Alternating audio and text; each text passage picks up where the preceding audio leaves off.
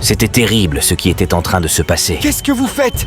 Vous comptez l'achever? Kwang Hik voyait littéralement les étoiles. Fils! Fils! Qu'est-ce que tu fais? Ressaisis-toi et remets-toi en position. Madame, vous ne trouvez pas que vous y allez un peu trop fort avec votre fils? Ne vous en faites pas. Je n'élève pas un faiblard. Et puis, il doit être puni. Il sait ce qu'il a fait. Il doit endosser ses responsabilités. Le punch étoilé qu'avait reçu Kwang Hik avait fait ressurgir en lui un souvenir presque oublié. Un jour de ses 15 ans, où sa mère l'avait éteint en salle de gym après qu'il se soit mis en colère contre elle pour un rien à cause de la puberté.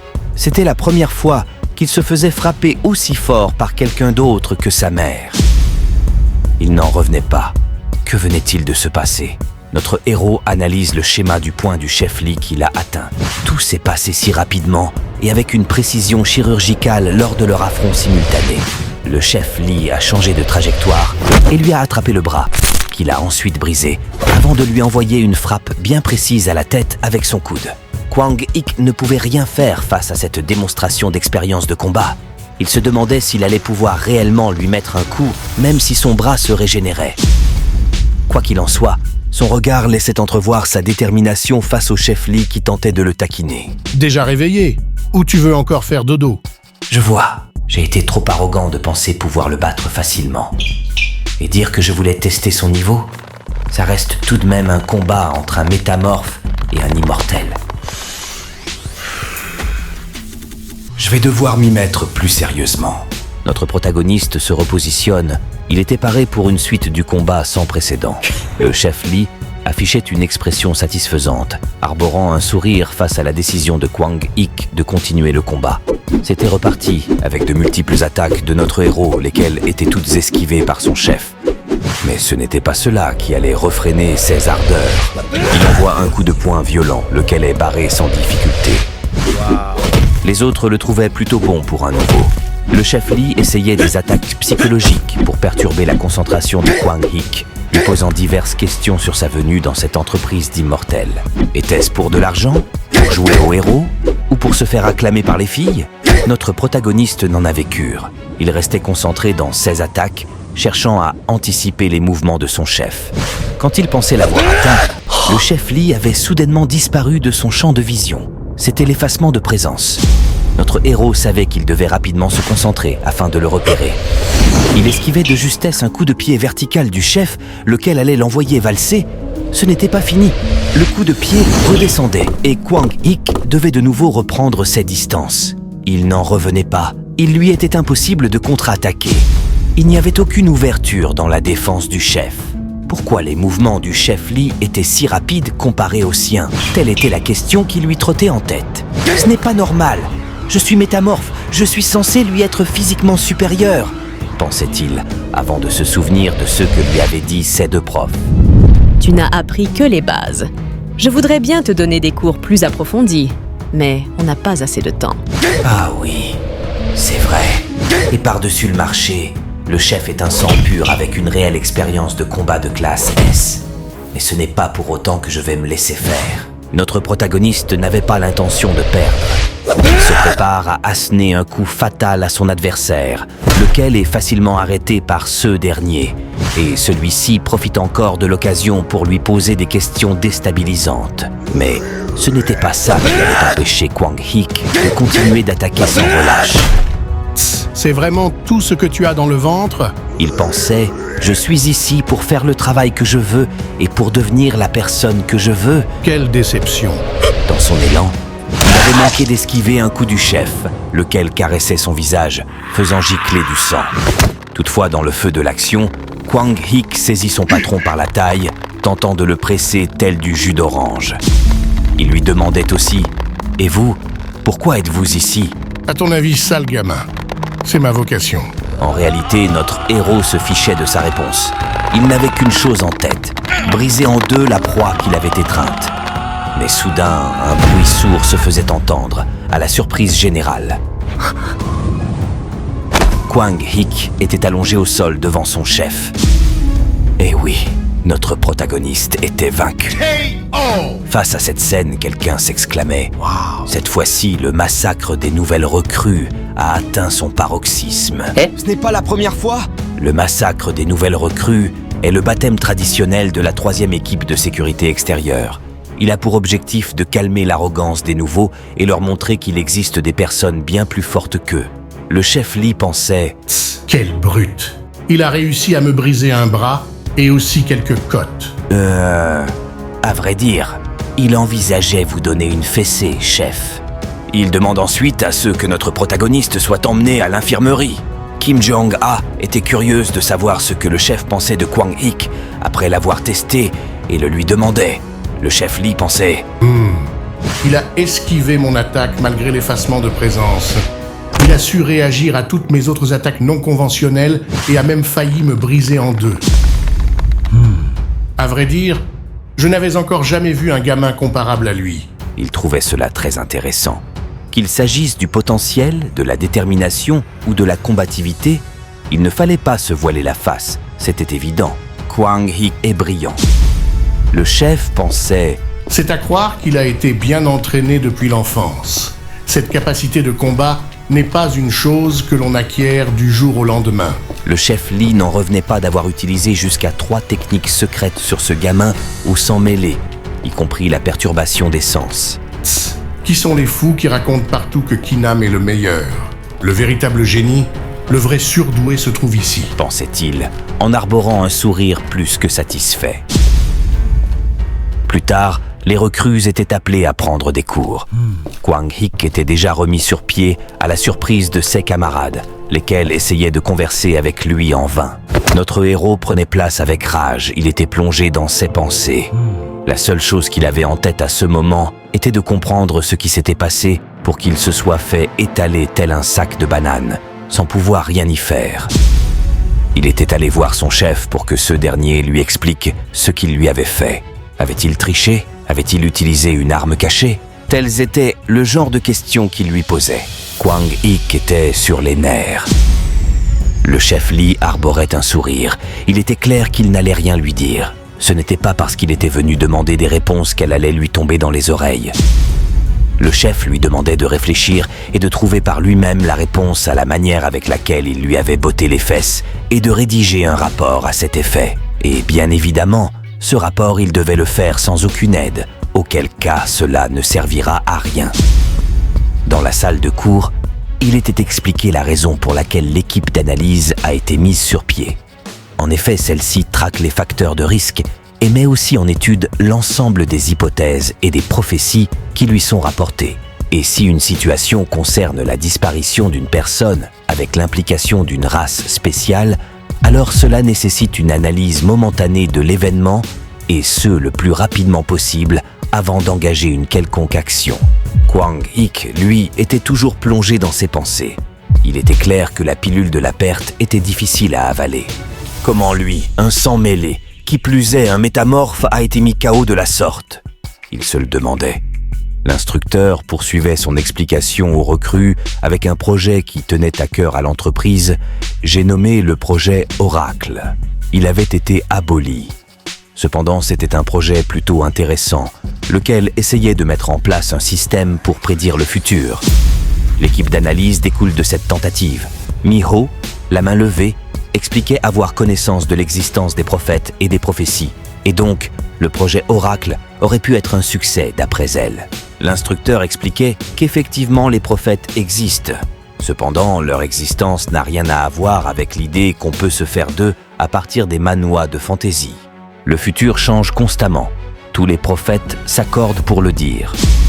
En réalité, dès l'instant où on parle d'une prophétie, le futur de celle-ci est déjà en train de changer.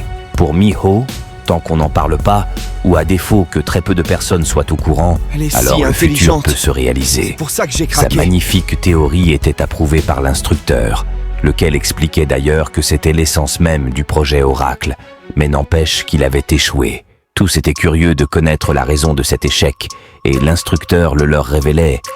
La cause était le cerveau humain. Les pensées qui résident dans nos esprits ne sont pas toujours des faits avérés. Plusieurs prophètes se sont trompés par des faits qu'ils pensaient plausibles mais qui pourtant étaient sans fondement, causant ainsi des pertes astronomiques à l'entreprise. En réalité, il y a trop de superflu dans les prophéties et les êtres humains sont souvent trompés par leur perception. Cette dernière phrase avait fait écho dans l'esprit de notre protagoniste. Trompé par ses perceptions? Il se le demandait et soudain, un souvenir de son professeur immortel refait surface. Je te l'ai déjà expliqué. Le principe de base de l'effacement de présence est de tromper les sens de son adversaire. Les immortels sont extrêmement sensibles, à tel point qu'il est même possible de bloquer les sens de l'autre. Souviens-toi de ça. Kwang Hik prenait conscience qu'il était passé à côté de quelque chose. Il venait de comprendre que ses sens avaient été altérés lors de son combat. Un bruit se faisait entendre et notre héros avait disparu de la salle, se précipitant vers son bureau pour rédiger son rapport. Mais il ne comprenait toujours pas. Pour que ce coup marche sur lui, il aurait fallu que le chef Lee puisse anticiper son attaque. En réalité, lors de son étreinte, il pensait avoir saisi les deux mains du chef, mais c'était le but de la perturbation des sens dans l'optique de le mettre KO. En réalité, la main droite du patron était bel et bien dégagée. Cette aptitude de prédiction se rapproche de l'instinct. Une capacité que seuls les vétérans ayant vécu un nombre incalculable de combats réels peuvent développer. Notre protagoniste comprenait que son patron était à un autre niveau de lui, qui n'était encore qu'un novice en combat réel. Cependant, son cœur battait à la chamade face à sa découverte. Il n'avait qu'une chose en tête à ce moment précis, tester sa théorie sur le chef Lee. Il se retourne, et en une fraction de seconde, Kwang Hik avait bondi tel un puma vers le chef, prêt à en découdre. Le chef l'avait senti arriver et, en un instant, il se propulsait vers l'arrière en prenant appui sur la table de son bureau. Il faut dire que son instinct était vraisemblablement surdéveloppé. Kwang Hik était comme entré dans la zone de Kuroko no Basket, concentré au maximum, bloquant tous les bruits qui l'entouraient et se focalisant uniquement sur le chef Lee dans son champ de perception. Il venait alors d'anticiper le prochain mouvement de son chef, lequel était vers la gauche et, ce faisant, la masse de son poing gauche allait épouser la morphologie du visage du chef Lee. Eh bien, c'était ce qu'il croyait. Notre protagoniste sentait quelque chose s'approcher de lui à grande vitesse. C'était le poing du chef Lee qui embrassait sa mâchoire avec amour. Eh oui, l'élan cosmique de Kwang Hik était brisé net par un barrage infranchissable. Les autres collègues étaient perplexes face à la situation. Ils ne la comprenaient pas. Le chef lui demande ce qu'il est en train de faire, et à cela, notre héros lui faisait comprendre que c'était son rapport. C'était sa façon à lui de le rendre plus explicite, sans aucune ambiguïté dans les contours. Derrière son air confiant, notre protagoniste était tout de même inquiet face à la réaction que pourrait avoir son chef. Cependant, l'atmosphère s'est rapidement détendue. Kwang Hik était surpris par les propos du chef Lee, lequel lui disait qu'il venait de donner la bonne réponse pour le rapport. Mais là, actuellement, quelqu'un va devoir ranger tout le bazar que la tête brûlée de gamin vient d'occasionner. La journée de travail touchait à son terme. Le chef demande à tous de rentrer chez eux. Quant à Kwang Hik, il était puni. Le patron lui demande de rapidement remettre les lieux en état avant de bouger. Gamin, j'ai une excellente mémoire. Tu as plutôt intérêt à remettre tout à l'endroit exact avant de bouger. Je vérifierai tout demain matin, disait le chef en partant. Kim Jong-ha et Lee Dong-hun étaient confus. Ils avaient compris que Kwang Hik venait de réaliser la perturbation des sens. De fait, ils se demandaient si c'était le chef qui le lui avait enseigné en cachette, mais ce dernier réfutait leur dire. Toutefois, ça avait le mérite d'être percutant, disait le chef avec une expression de fierté. Il demandait à Kim Jong-ha ce qu'elle pensait du physique de notre héros. À cela, elle affirmait qu'il est parmi les meilleurs de Hwarim. Le chef Lee pensait « C'est clair, ce petit est prometteur. Mettre en pratique une technique qu'il vient à peine de comprendre et, en plus, pas sur n'importe qui, mais sur moi, un combattant de classe S. Je me demande comment vont évoluer les choses à partir de maintenant. » C'est injuste. Il me demande de ranger alors que c'est lui qui a poussé le bureau. Le lendemain, le chef Lee demande à Kim Jong-ha de se faire assister par Kwang Hik pour une mission de classe D, puisqu'elle est à la recherche d'un assistant. À l'arrière, notre héros était surpris par ce qu'il venait d'entendre. Le surhomme demande à notre héros de la suivre et ils descendent au 6e sous-sol, la salle de l'artillerie lourde. Pas de temps à perdre, Les deux se préparent immédiatement avec les armements et les combinaisons adaptées et se dirigent vers la zone de mission. Sur place, les sirènes résonnaient à plein régime. Notre équipe venait d'arriver à destination et recevait un rapport de la situation par radio. Apparition d'un envahisseur numéroté 1 confirmé. Probabilité d'apparition d'un autre envahisseur confirmé. Vitesse d'ouverture des trous noirs confirmée. Séquence de sortie un par un des envahisseurs confirmés. Sirènes opérationnelles. La vue du trou noir faisait ressurgir un souvenir vieux de 9 ans chez notre protagoniste, un moment de terreur pendant lequel il avait failli y passer. Depuis ce jour, j'ai décidé de bastonner toutes les créatures qui sortiraient de ces trous. Aujourd'hui, je fais mes débuts vers mon objectif de vie, pensait-il en observant le trou devant lui. Pendant qu'ils se préparent en vérifiant leurs armes et leurs munitions, le trou noir se met à grossir soudainement. C'était un état d'urgence. La mission n'était plus de classe D, elle venait de passer au rang C. Sans tarder, Kim Jong-a demande des renforts et, au bureau, le patron en ligne leur demande de quitter les lieux immédiatement, disant que l'équipe de fermeture sera bientôt là pour s'occuper du trou noir, lequel ne cessait de s'agrandir considérablement. Cependant, un village peuplé se trouve à environ 4 à 5 km du lieu d'ouverture du trou noir.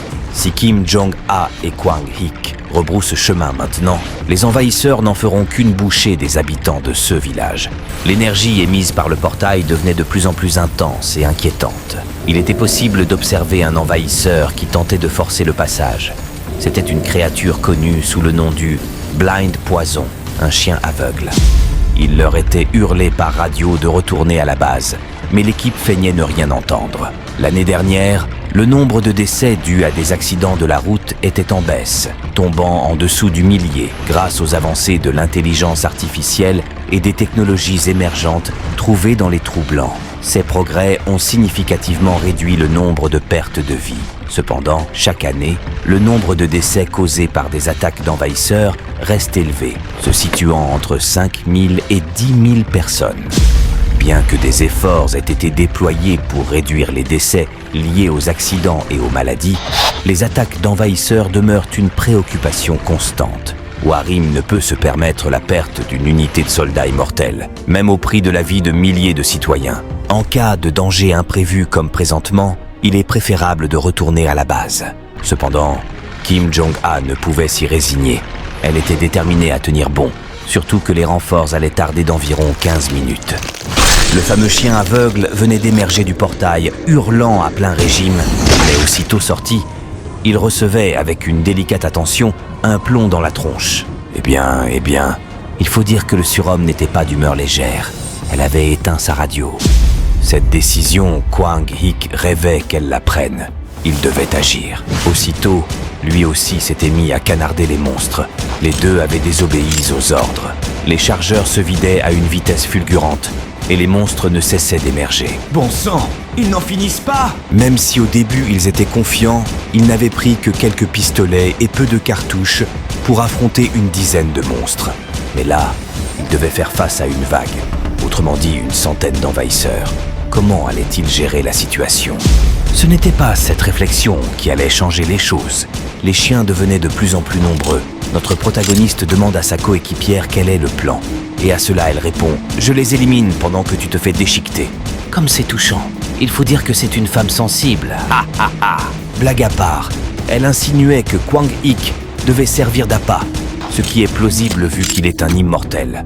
Dans le feu de l'action, un monstre s'était élancé sur notre héros, et ce dernier se faisait éteindre par un coup de poing marteau de Kim Jong-a, lequel l'accompagnait au sol, avant d'être achevé par un poignard. Aussitôt ses munitions terminées, elle s'est lancée dans une bataille ardue au corps à corps avec les monstres. Notre héros était capable, grâce à ses sens d'immortel, de ressentir les changements qui s'opéraient dans le corps du surhomme. Il en était époustouflé. Elle dépassait clairement les limites humaines. Notre héros continuait de tirer afin d'épauler Kim Jong-a. Cependant, ses munitions aussi ne tardaient pas à s'achever, et il était temps pour lui de rejoindre sa coéquipière pour avoir une conversation musclée avec les monstres. Même si Kwang Hik était à l'aise dans le combat, allait-il pouvoir gérer autant de monstres? Notre protagoniste saisissait fermement la patte de son adversaire et se servait de lui comme d'une batte de baseball pour assommer ses congénères. Il faut croire que sa technique de combat était très efficace. De l'autre côté, Les compétences réelles de combat de Kim étaient d'un autre niveau. Parvenant à esquiver en un instant les bonds des monstres, elle leur infligeait des attaques fatales instantanées, changeant constamment de position afin de trouver la plus optimale pour ses futures attaques. Kwang-Hik en était bouche bée. Il pensait « Wow, ce n'est pas pour rien qu'elle est classée A en combat rapproché. » Dans sa distraction, notre protagoniste se faisait mordre le bras par un chien aveugle, mais il sort instantanément sa dague et lui inflige une attaque à la tête. Le monstre n'avait pas le temps de tomber qu'il se faisait dégager avec un coup de pied, tel un ballon dégonflé.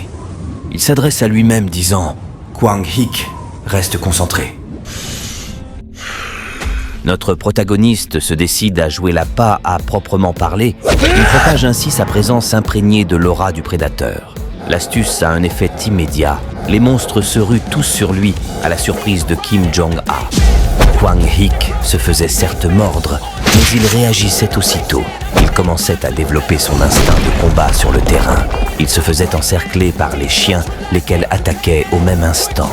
Dans cette situation critique, notre protagoniste se souvenait des paroles de son professeur immortel, lequel lui disait « Efface la douleur en contrôlant tes sens. Garde ton sang-froid. Repousse les attaques fatales et encaisse les plus faibles tout en combattant. » Il n'était pas question de laisser un seul monstre s'échapper, se disait-il, car cela signifiait condamner le village voisin. Kwang-Hik était en transe. Des coups de feu étaient tirés, lesquels abattaient les monstres restants. Kim Jong-a était sans voix. Notre protagoniste était debout dans une position charismatique, avec des restes de tête de chien à quelques endroits de son corps. Après qu'on lui ait confirmé qu'aucun monstre ne s'était échappé, notre héros tombait de fatigue. L'équipe de secours était stupéfaite. À en juger par ceux qu'il voyait, il y avait au moins 200 cadavres de chiens aveugles. Avec une goutte de sueur sur le visage, l'un d'eux demande à Kim Jong-a si c'est juste eux deux, elle et la nouvelle recrue qui ont géré la situation. À cela, elle pensait « Nous deux ? Non ! Il l'a fait tout seul ?» Le héros était évanoui, allongé au sol, en train de récupérer. Une conversation musclée les attendait à leur retour de mission. Le chef Lee était en rogne en entendant les excuses bidons de Kim Jong-a et Kwang-Hik, lesquelles étaient que la ligne radio faisait « psss » avant de se couper, et c'était la raison pour laquelle il n'avait pas entendu l'ordre de retour à la base. Bzzz, hein? J'aimerais aussi que ma conscience fasse bzzz et qu'elle s'éteigne pour que je puisse te tabasser et dire que j'ai oublié, disait le chef avec un air flippant. Kim Jong-a disait prendre l'entière responsabilité de ce qui s'était passé. Ah oui? T'as oublié ton rang? T'es une employée de première classe. C'est le licenciement assuré pour toi. Le chef Lee s'inquiétait en réalité du comité de sanctions qui devait être tenu à leur égard. Il renvoyait Kim Jong-a chez elle, lui demandant de passer directement voir l'équipe d'inspection le lendemain avant de venir au bureau. Quant à Kwang-Hik, il devait rédiger une lettre d'excuse tous les matins, jusqu'à nouvel ordre. De retour au bureau, le portable de Kwang-Hik chantait dans tous les sens. Les rumeurs à son sujet et ce qu'il avait fait avec Kim Jong-a avaient déjà atteint leur paroxysme dans l'entreprise. Son ami sang mêlé Kim Yo-han lui faisait comprendre que les stagiaires ne recevaient aucune sanction, même pas de baisse de salaire. Dans une situation pareille, Kim Jong-a devra vraiment endosser l'entière responsabilité. Notre héros n'était pas à l'aise avec cette présentation des choses. C'est vrai que Hwarim reste une entreprise à part entière qui doit faire des bénéfices, même si elle est affiliée au gouvernement. En ce sens, il est clair qu'il faut instaurer des sanctions dignes de ce nom quand on enfreint le règlement. Cependant, nos héros n'ont fait que sauver des vies, même si pour cela il fallait enfreindre les ordres, pensait notre protagoniste. Il est clair qu'ils ont pris la bonne décision, il le fallait. En fin de soirée, Kim Jong-a et Kwang-Hik se rencontrent sur le chemin de retour. Elle le complimentait pour sa performance lors de la mission, lui disant avec le sourire aux lèvres qu'il avait fait du bon boulot. Même s'il le savait déjà, ses paroles étaient placées au moment opportun. Cela lui réchauffait le cœur, lui arrachant un sourire sincère. À la maison, la mère de Kwang-Hik était curieuse à propos de sa collègue de travail qu'il complimente tant. « Une potentielle belle-fille ?» se demandait-elle. « C'est juste une collègue de travail, maman, et rien de plus », répondait-il à sa mère. Le lendemain, la réunion du conseil de discipline avait débuté. Kim Jong-a était sévèrement réprimandé pour sa désobéissance à l'ordre de retour lors de sa mission passée. Pendant qu'elle se faisait passer un savon, notre protagoniste faisait irruption en tant que témoin. Il arborait avec fierté les propos selon lesquels ils avaient fait ce qu'il fallait. Après tout, ils avaient sauvé des vies. Le jury était saisi par ces dires. Le chef Lee essaye une tentative d'aide et défend les membres de son équipe. Cependant, il se fait stopper par le chef du comité, lequel lui demande de surveiller ses paroles. La discussion dans la salle était torride, laissant des sueurs froides à notre protagoniste. Il était clair que les autres aînés n'appréciaient vraiment pas l'attitude du chef Lee. Sim Moo-young de la deuxième équipe d'évaluation extérieure demandait à Kwang-ik de le suivre. « Les stagiaires ne doivent pas assister à ce genre de discussion chaude », disait-il, tout en raccompagnant notre héros vers son bureau. Arrivé à destination, le panda demande à notre héros comment ça s'est déroulé, s'il y avait eu quelque chose de spécial. Kwang-ik lui faisait comprendre que le chef était en train d'assurer. Cependant, il ne faisait pas mention de la tentative de Sim Moo-young de le recruter dans son équipe. En effet, il s'était passé quelque chose sur le chemin vers le bureau qu'il fallait mieux garder secret. Peu de temps après le retour de notre protagoniste, le chef Lee et Kim Jong-ha arrivèrent aussi. La sanction de Kim Jong était l'exclusion des missions pendant 30 jours. Cependant, l'ambiance qui régnait faisait comprendre à Kwang-ik qu'il s'était passé quelque chose d'autre étant donné que la sanction n'était pas très grave. Tous se remettaient au boulot comme d'habitude. Kwang-ik continuait à rédiger les lettres d'excuses chaque matin et il se faisait engueuler par le chef Lee lors des vérifications car il exprimait très mal ses excuses. Le surhomme de son côté aidait notre héros en lui donnant des leçons de combat en 1 contre 1, partageant avec lui des astuces pour affronter le chef Lee.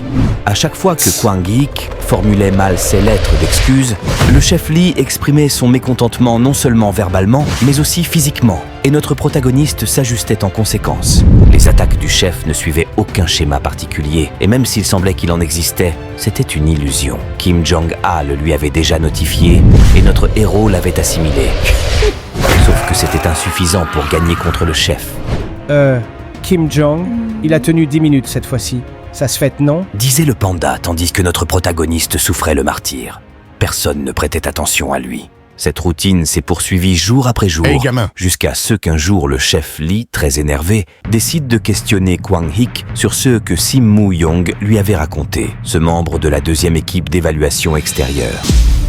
Quelques jours plus tôt, il avait tenté de recruter Kwang-ik, mais avait ajouté que c'était simplement une plaisanterie. Kwang-ik ne savait de quelle manière le chef avait été tenu informé de cela, mais il devait répondre. À son expression, il était clair que le chef était en rogne. Oh, alors comme ça, monsieur a reçu une proposition de recrutement ? Disait-il d'un air terrifiant. Au même instant, Sim Moo-young venait d'entrer dans leur bureau. Il était tout radieux, faisant un geste de la main pour saluer Kwang-ik. Sans comprendre ce qu'il se passait, il était envoyé valser d'un coup de pied colérique du chef Lee. Notre héros aussi n'avait rien pigé à ce qui venait de se passer. Le chef demande à Sim Moo ce qui lui a pris de faire cette proposition. Sim Moo, le bras cassé, expliquait que c'était juste une blague. Ah oui ? J'ai soudainement envie de blaguer moi aussi. Il allait se faire de nouveau allumer par le chef Lee quand ce dernier se faisait arrêter par quelqu'un. Tu ne changeras donc jamais. C'était le chef de la deuxième équipe d'évaluation extérieure, Park Pil-ro. C'était apparemment lui le responsable de toute cette situation, cette tentative de recruter notre protagoniste. Ah, je vois. J'aurais dû m'en douter. Pour lui, Kwang-ik perd son temps à être dans la troisième équipe de la sécurité extérieure, surtout avec un chef comme Lee. Et il insistait pour recruter Kwang-ik sous les yeux du chef Lee, ce qui avait pour effet de mettre ce dernier en rogne. « Ça suffit maintenant !» hurlait le chef Lee. Il était clair qu'il ne plaisantait pas. Il faisait comprendre que Kwang-ik est à lui, quoi qu'il fasse avec ce dernier. Apparemment, depuis le dernier incident avec la vague de monstres où notre protagoniste avait fait des exploits, tous les autres départements tentent de le recruter. Les autres ne pouvaient qu'observer ce qu'il se passait. Il en était de même pour notre héros, lequel pensait « Je n'appartiens à personne ». Park Pil-ro faisait comprendre au chef Lee qu'il n'a aucun pouvoir de décision sur cette affaire. Seul l'avis de Kwang-ik doit être pris en compte. Sur cette base, il se tourne vers ce dernier et lui demande clairement s'il veut changer d'équipe. Notre protagoniste était perdu. Il ne s'attendait pas à ce que la situation prenne cette tournure. Après une réflexion rapide dans son esprit, notre protagoniste affirme vouloir rester dans son équipe actuelle. Park Pil-ro était sans voix. Il est vrai que Park Pil-ro fait partie de l'élite parmi les élites. Il a été promu chef de l'équipe d'évaluation à seulement 30 ans. Cependant, pour Kwang-ik, ce dernier n'est pas à la hauteur du chef Lee. Pil-ro ne voulait pas lâcher l'affaire. Il voulait savoir pour quelle raison notre héros ne veut pas changer d'équipe. À cela, notre protagoniste disait avoir encore beaucoup à apprendre de son chef. Le chef Lee était apparemment très satisfait de la situation. À la vue de son expression enfantine, il tirait la langue. Park Pil-ro et son assistant décidaient de partir, mais le chef Lee n'avait pas encore fini de se foutre de lui. Après leur départ, le chef fait un sourire à Kwang-ik, lui disant « Pourquoi tu sembles être content? C'est normal que tu veuilles rester. » Peu après, le panda informe le chef de l'arrivée d'une nouvelle mission. Et étant donné que Kim Jong est sanctionné, Kwang-ik sera en charge de cette mission, annonçait le chef. Notre protagoniste était tenu de se rendre à l'aéroport et de servir de détecteur humain. L'objectif de la mission est d'attraper une femme, une télépathe changeur de forme. Elle a la capacité de prendre la forme de toutes les choses qu'elle a en mémoire.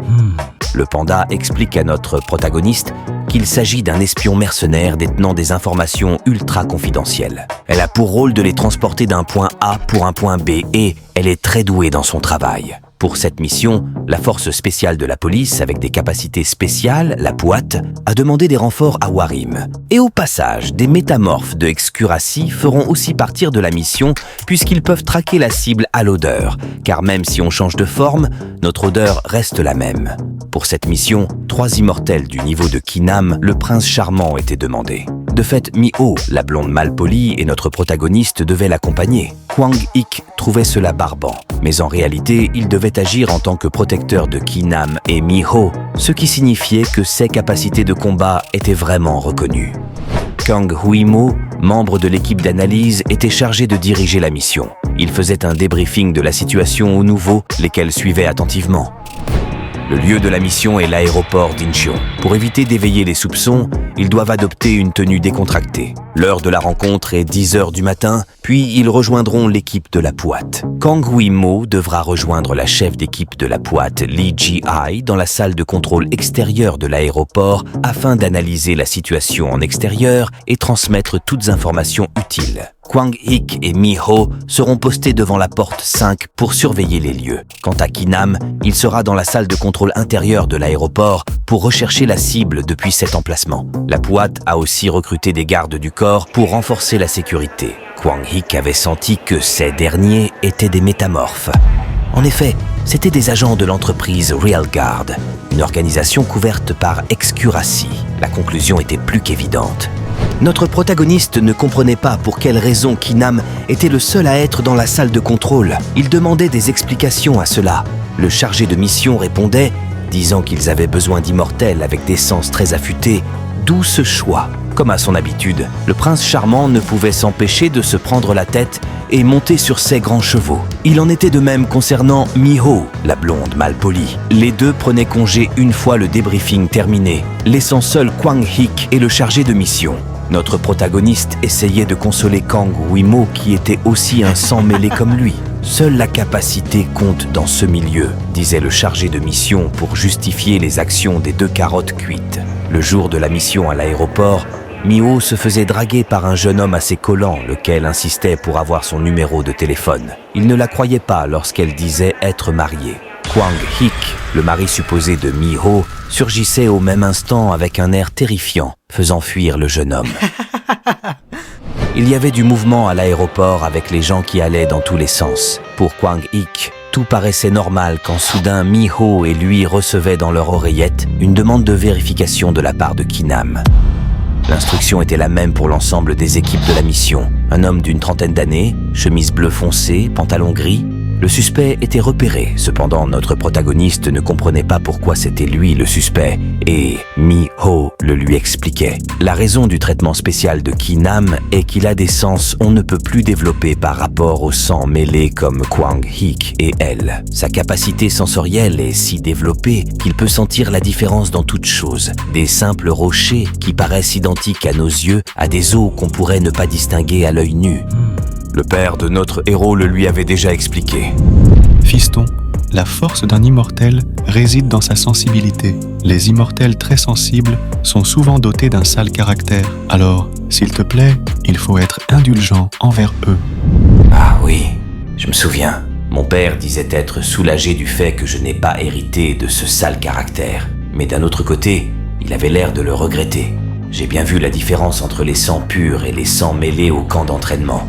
Les sangs purs apprennent et appliquent les enseignements nettement plus vite que les autres. Cependant, ce qu'ils ignorent tous...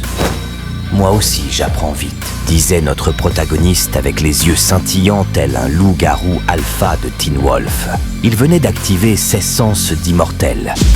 La Poite tentait d'appréhender la cible suspecte décrite plus tôt par Kinam, demandant aux gens de reculer qu'il s'agissait d'une urgence. Qu'est-ce que c'est? Un film? C'est sûr, j'en ai entendu parler. Vraiment? Tu crois que ce sont de vraies armes qu'ils portent? Non, pas du tout. C'est juste pour les caméras. Vite, mon téléphone! Ça va faire un carton sur YouTube. Dans tout le vacarme qu'avait engendré la situation, notre protagoniste était debout, en pleine analyse, quand soudain il émerge. Il l'avait senti. Il demandait aux autres d'attendre. Était-il sûr qu'il n'y avait qu'une seule cible? Bon sang! Au même instant, des coups de feu se faisaient entendre. La Poite se faisait attaquer de tous les côtés, sans comprendre ce qui se passait. Le suspect prenait la fuite dans la foulée.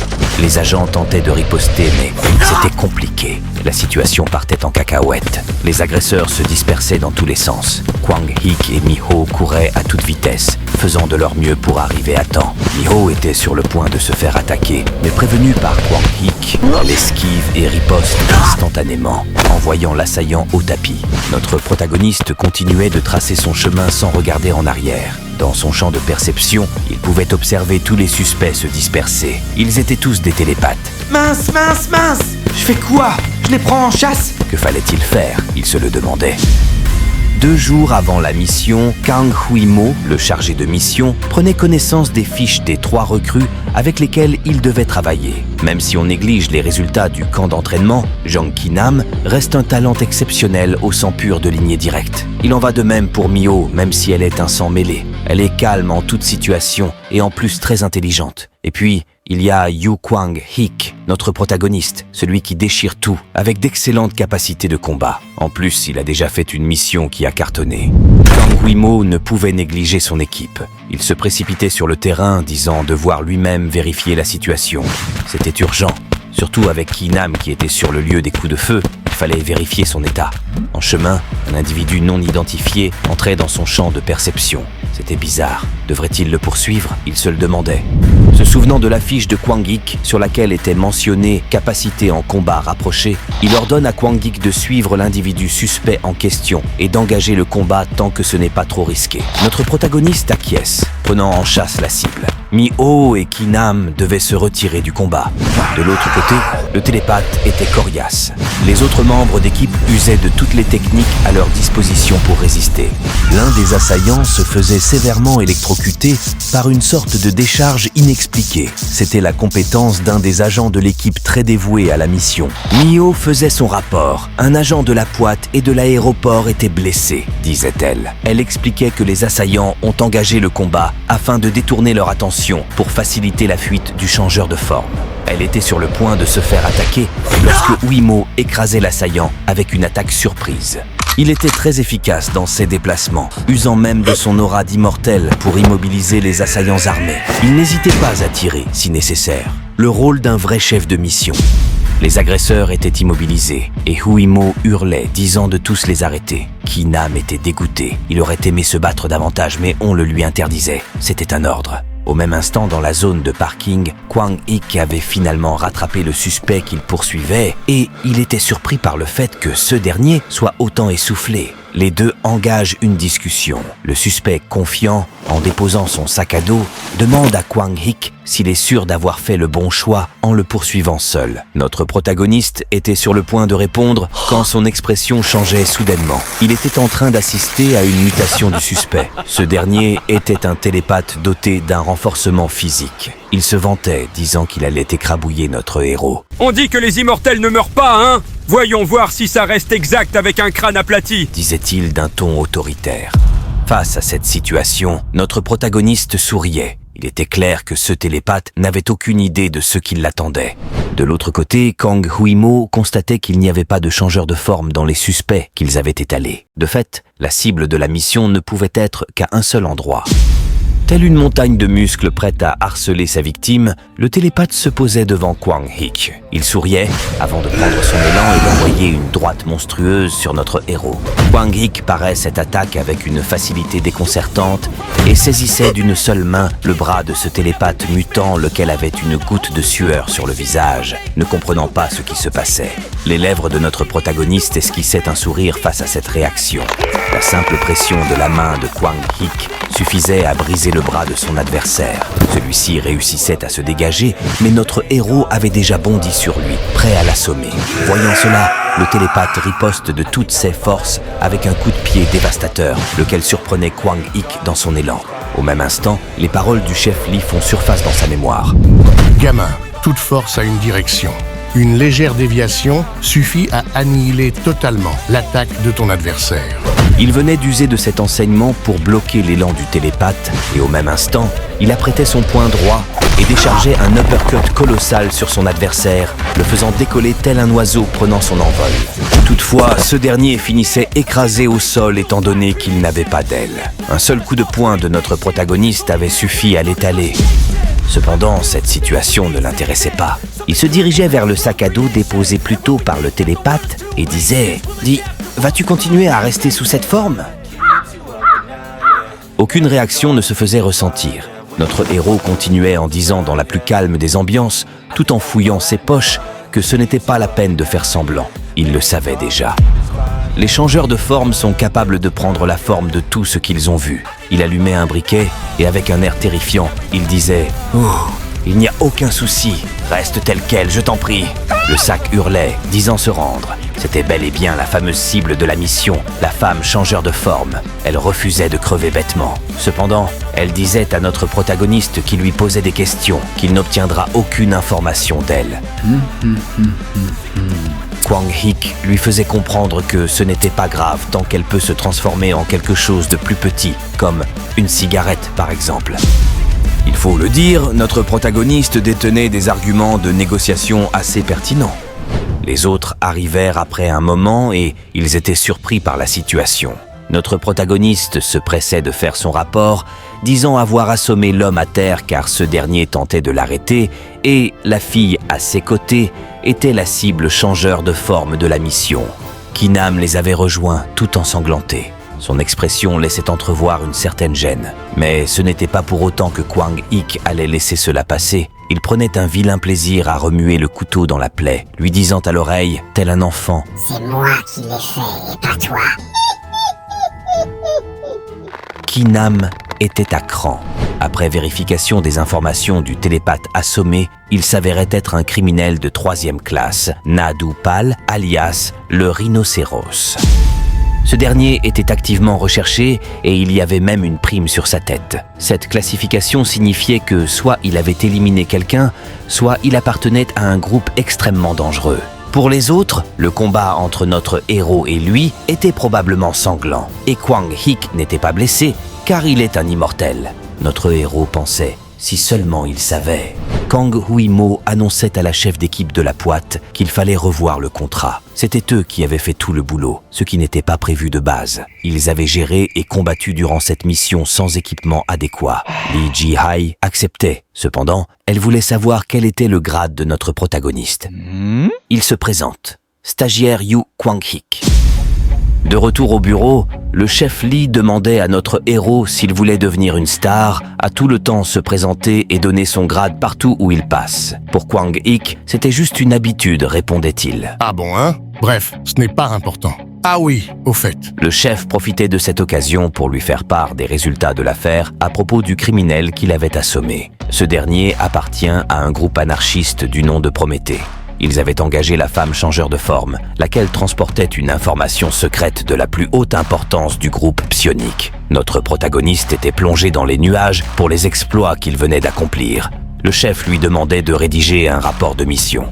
À ce qu'il paraît, tout comme le dieu Prométhée qui a apporté le feu aux humains, le groupe anarchiste du même nom se constitue de scientifiques fous furieux, prétendant avoir pour objectif d'apporter à tous une capacité spéciale. Kwang Hik se faisait tirer de ses réflexions par l'assistant du président de Hwarim, lequel l'invitait à le suivre afin de se rendre au bureau de son patron. Assis dans sa position charismatique de chef d'entreprise, le président demandait à Kwang Hik d'entrer et de prendre place. Notre protagoniste se présentait comme à son habitude avant de prendre place. Alors, les rumeurs disaient donc vrai. Le président voulait le féliciter pour son exploit et lui demande s'il y a une récompense qui lui ferait plaisir. Après un échange de courtoisie, notre protagoniste fait savoir ce qu'il désire. De l'argent, bien évidemment. C'est vraiment tout ce que tu désires. Tu peux demander autre chose, tu sais. Merci infiniment, monsieur. Mais c'est vraiment tout. Dans ce cas, c'est réglé alors. Après avoir remis une partie de sa récompense à sa mère, les deux se comportaient tels des aristocrates. Mon cher monsieur, que dites-vous d'un agneau délicieusement relevé de vapeur piquante pour notre repas du soir? Demandait-elle très joyeusement. Volontiers, chère mère. Vous avez tout mon accord, répondait Kwang Hik. Chère audience, qui a dit que l'argent ne faisait pas le bonheur? Les jours suivants, notre protagoniste faisait partie de la plupart des missions de terrain de son équipe. Il avait contribué à l'arrestation de 5 criminels de race spéciale par le biais de conversations musclées en quelque sorte. Il avait également participé à la fermeture d'une dizaine de trous noirs avec le chef Lee. Il réalisait aussi que son chef avait horreur des missions, les trouvant toutes chiantes. Le rapport de mission de notre protagoniste continuait de foutre le chef en rogne comme à l'accoutumée, perturbant les autres membres du bureau. Kwang Hik pouvait maintenant tenir plus longtemps pendant 16 entraînements avec le chef Lee, étant dorénavant habitué à la plupart de ses feintes. Le chef était même agacé par cela, mais notre héros n'oubliait pas de le remercier pour son temps. Les 10 minutes maximales journalières que lui accordait ce dernier étaient précieuses. Cependant, de tout leur combat quotidien, Kwang Hik n'a toujours pas cerné l'étendue des performances du chef Lee. 3 mois sont passés depuis la mission de l'aéroport. Hwarim a organisé un dîner d'entreprise. Notre protagoniste se disait que les immortels fêtaient différemment, mais en réalité, ces derniers sont comme tout le monde. Tout commence calmement, mais plus ils boivent, plus ils deviennent bruyants. Kwang Hik était curieux de savoir comment il avait progressé depuis son premier combat avec son chef, et de fait, il lui proposait de faire un petit combat dans lequel ils allaient tout donner. Tu parles sous l'influence de l'alcool? Non. Tu es sûr? Et certain. Intéressant. Après cette vérification, le chef Lee accepte sa proposition, lui donnant rendez-vous dans 5 minutes dans la salle d'entraînement. Les deux hommes se faisaient face dans le noir, et le chef disait « Tu veux qu'on mette les lumières, gamin ?» Mais notre protagoniste refusait, disant être prêt pour le combat. Il a grandi, le gamin. Alors son chef, arborant un sourire déterminé, lui demandait de lancer les hostilités. Lorsque le panda ouvrait la porte de la salle d'entraînement, il observait le choc de 2 titans. Le bras du chef encaissait une attaque directe du coude de Kwang Hik et un bruit de craquement d'os se faisait entendre. Les 2 adversaires prenaient du recul afin de s'analyser l'un l'autre. Notre protagoniste l'avait fait, il venait de briser le bras de son chef. Un moment d'inattention, et le chef s'était déjà élancé sur lui, tentant de lui mettre une gauche, laquelle était attrapée par notre héros, sauf que c'était un leurre. Le chef chargeait le poing droit du bras brisé et l'envoyait sur un Kwang Hik pris au dépourvu. L'impact de l'attaque était titanesque, telle une semi-remorque percutant une moto. Kwang Hik était éteint, allongé au sol. Même s'il avait suffisamment progressé, ce n'était pas encore au point de vaincre le chef Lee. Toutefois, le bras du chef était vraisemblablement très amoché. Waouh! C'est vraiment lui qui vous a fait ça? Je n'en reviens pas. M'en parle pas. Il est devenu un vrai monstre maintenant. Personne d'autre à part toi n'avait pu me faire ça. S'il te plaît, ramène le gamin à l'infirmerie. Il va dormir un moment. Le directeur de l'entreprise recevait les notes d'évaluation de l'ensemble des nouvelles recrues. Le petit protégé du président attirait directement son attention. Il s'agit de Kwang Hik, bien évidemment. Ce dernier n'avait que des E, F ou C pour la plupart de ses points d'évaluation, avec un B en capacité de combat, bref, que des notes éliminatoires. Cela étant, il était devenu le favori numéro 1 des personnes à virer par le directeur, avec justement le chiffre 1, marqué en rouge à côté de son nom. En gros, un petit fou qui ne sait que se battre. sans aucune capacité d'immortel, disait le directeur avec une expression de déception. Kwang Hik était perplexe quant à la vue de ses résultats d'évaluation. D en capacité globale d'immortel, je le sens pas trop. Ça m'a l'air très mal barré. La tour de contrôle alias le panda lui faisait comprendre que cela signifiait qu'il était en très mauvaise posture. Notre héros ne comprenait pas sur quels critères étaient évaluées les capacités d'immortel et il lui était notifié que c'était depuis le camp d'entraînement des immortels jusqu'à présent. Kwang Hik était curieux quant au numéro marqué en rouge sur sa fiche. Était-ce quelque chose de spécial? Ah, ça signifie que tu es vu d'un mauvais œil par la personne en charge de l'évaluation. Ouf, j'ai cru un instant que ça voulait dire que je serais le premier de la liste des stagiaires à être viré. Tout à fait. La chance. Mais attendez, vous avez dit... J'ai du mal entendre, s'il vous plaît. C'est bien cela. Si tu ne laisses pas entrevoir des résultats exceptionnels lors des prochaines évaluations, alors tu seras le premier des recrues à sauter du navire. Cette nouvelle avait plongé Kwang Hik dans le noir. Une annonce est faite par haut-parleur, demandant à toutes les recrues de se rassembler dans la salle d'entraînement du sous-sol. Il leur était annoncé que leur note finale d'admission chez Warim sera une combinaison de la note d'évaluation qu'ils ont déjà reçue et des performances qu'ils montreront à l'issue de la séance d'épreuves qui les attend. Les deux jeunes sangs mêlés avaient rejoint leur ami chômeur potentiel numéro 1 de Warim et ils décidèrent de le consoler. Notre protagoniste les envoyait bouler, disant qu'il n'était pas encore viré. La série d'évaluation était sur le point de débuter, démarrant avec des combats entre les participants. Ki-Nam, le prince charmant, avait choisi notre protagoniste comme premier adversaire. À voir son expression et l'aura qu'il dégage, il a l'air très confiant pour ce combat. Kwang Hik demandait à ses amis, le sourire aux lèvres, de bien observer la situation, car c'est à cet instant précis que le héros de l'histoire entre en scène. Dans la salle de surveillance des différentes épreuves, le président de Warim faisait son entrée charismatique comme toujours et il était accompagné par son assistant. Ah, vous êtes déjà là, monsieur le président. Il ne pouvait aucunement manquer un combat aussi intéressant entre les deux stars de la promotion des recrues. Le combat avait débuté. Les deux adversaires étaient rapidement passés à l'attaque. La droite de notre protagoniste avait manqué Ki-Nam, lequel venait de disparaître de son champ de perception. C'était l'effacement de présence. Kwang Hik esquivait avec élégance l'attaque surprise de ce dernier. Ce n'était pas avec ce tour de passe que le prince charmant allait l'avoir. Après tout, esquiver cette technique était du menu fretin, des beignets aux crevettes pour notre héros. Il faut dire que depuis le camp d'entraînement des immortels, Kwang Hik avait dissimulé son côté métamorphe, pensant qu'il serait meilleur que tous les immortels s'il venait à se donner à fond. Cependant, c'était sans savoir qu'il allait faire la rencontre du chef Lee, le mixeur. De fait, il avait décidé de ne plus jamais se retenir et de toujours s'y mettre à son maximum, quelle que soit la situation. 3,48 secondes.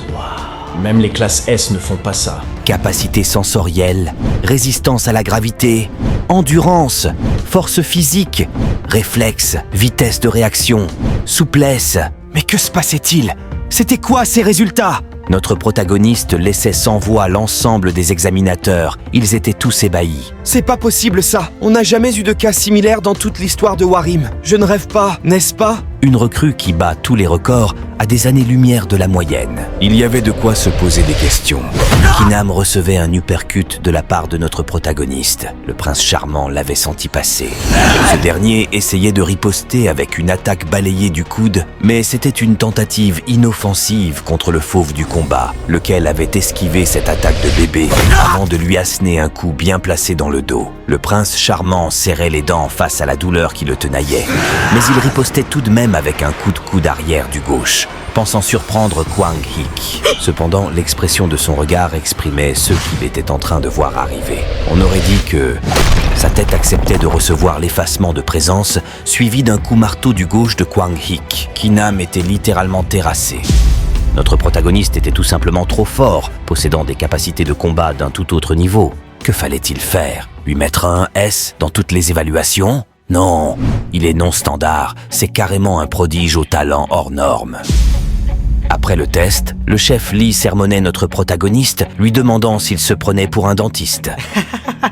Et en plus, il trouve ça drôle. Il faut dire que chacun de ces promotionnaires avait perdu une dent suite à leur combat avec Kwang Hik. Notre héros se justifiait pour le cas de Kui-tae. Ce dernier lui hurlait lors de leur combat. Si tu veux te battre avec Miho, tu devras d'abord me passer sur le corps. Kwang Hik l'avait éteint.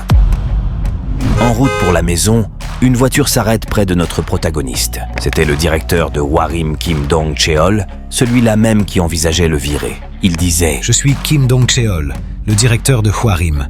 Allez, monte, faisons un bout de chemin ensemble, monsieur Yu Kwang-hik. » Il faisait comprendre à Kwang-hik qu'il travaille actuellement sur un projet et qu'il reste un poste vacant. Il lui proposait alors de prendre ce poste. Ne t'en fais pas. Tu peux continuer de vaquer à tes occupations habituelles. Tu devras juste te porter volontaire une fois le projet amorcé.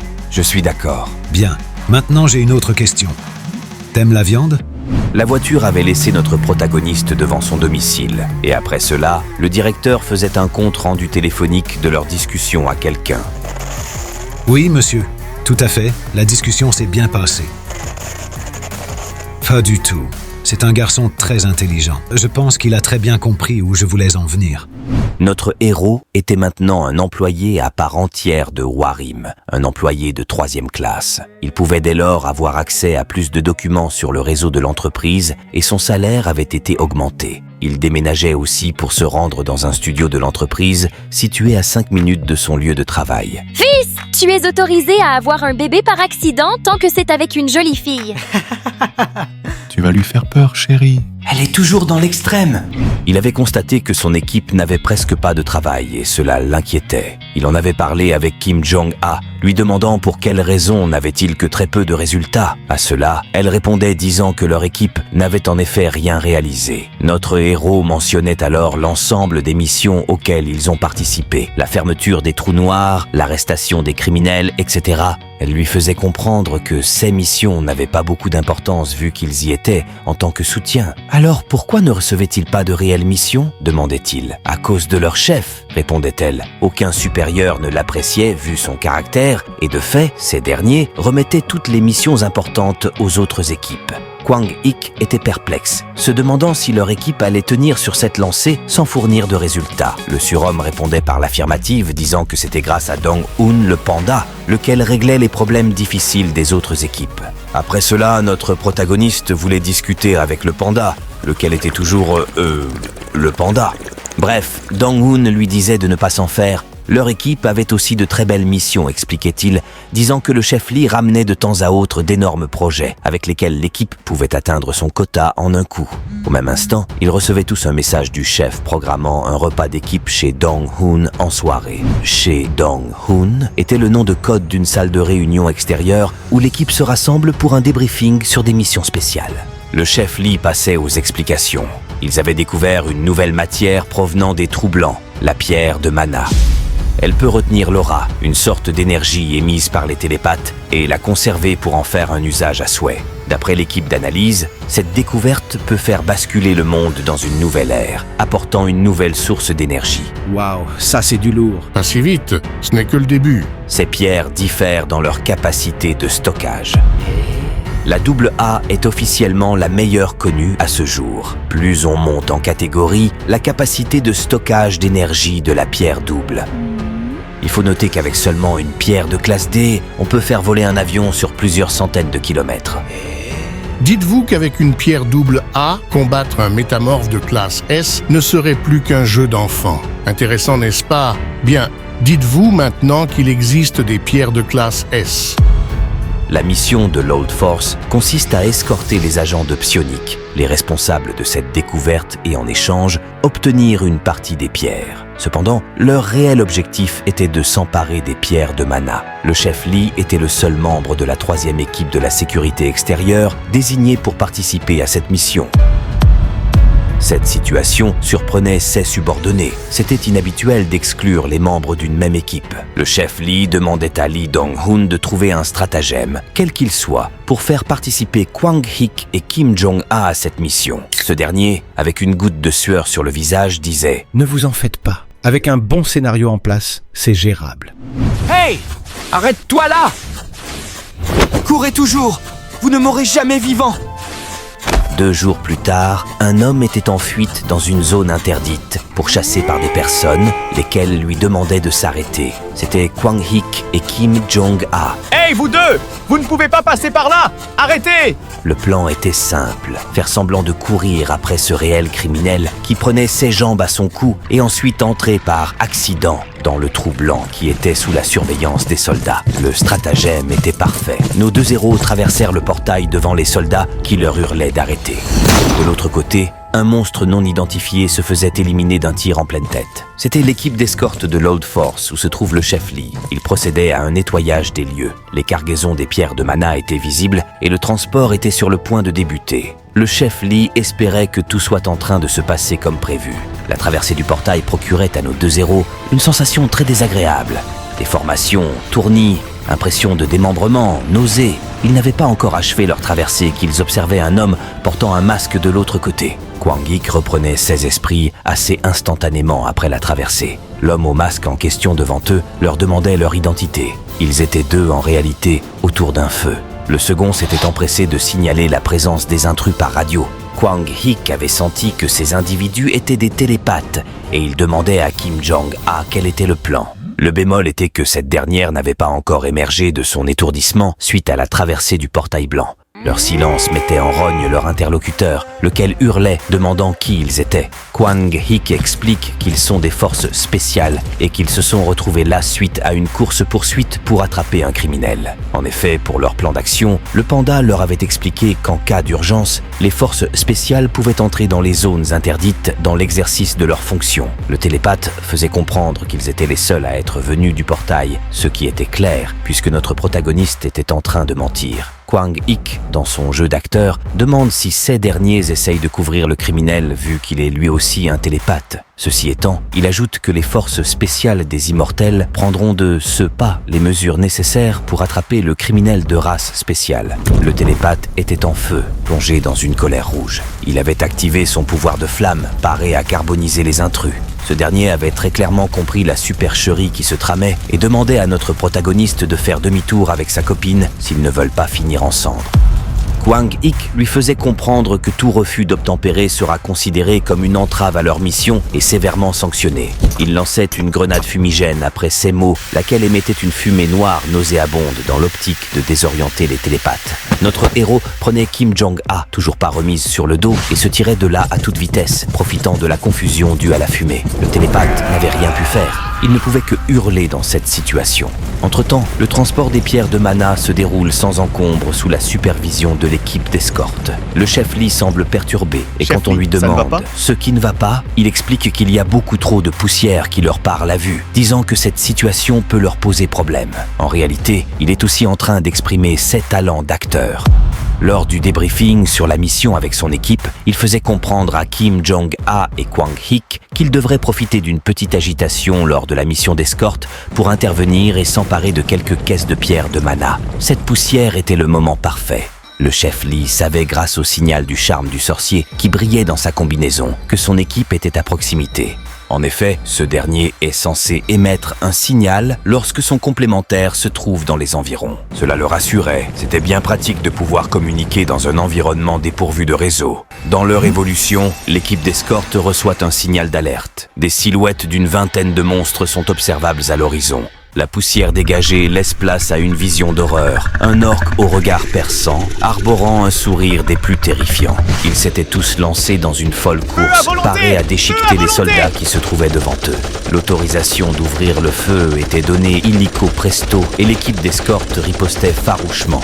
D'un autre côté, un monstre hurlait, présentant sa dentition cauchemardesque. Notre protagoniste était plongé dans une conversation musclée, dague à la main avec un envahisseur qu'il voyait pour la première fois, un ver requin.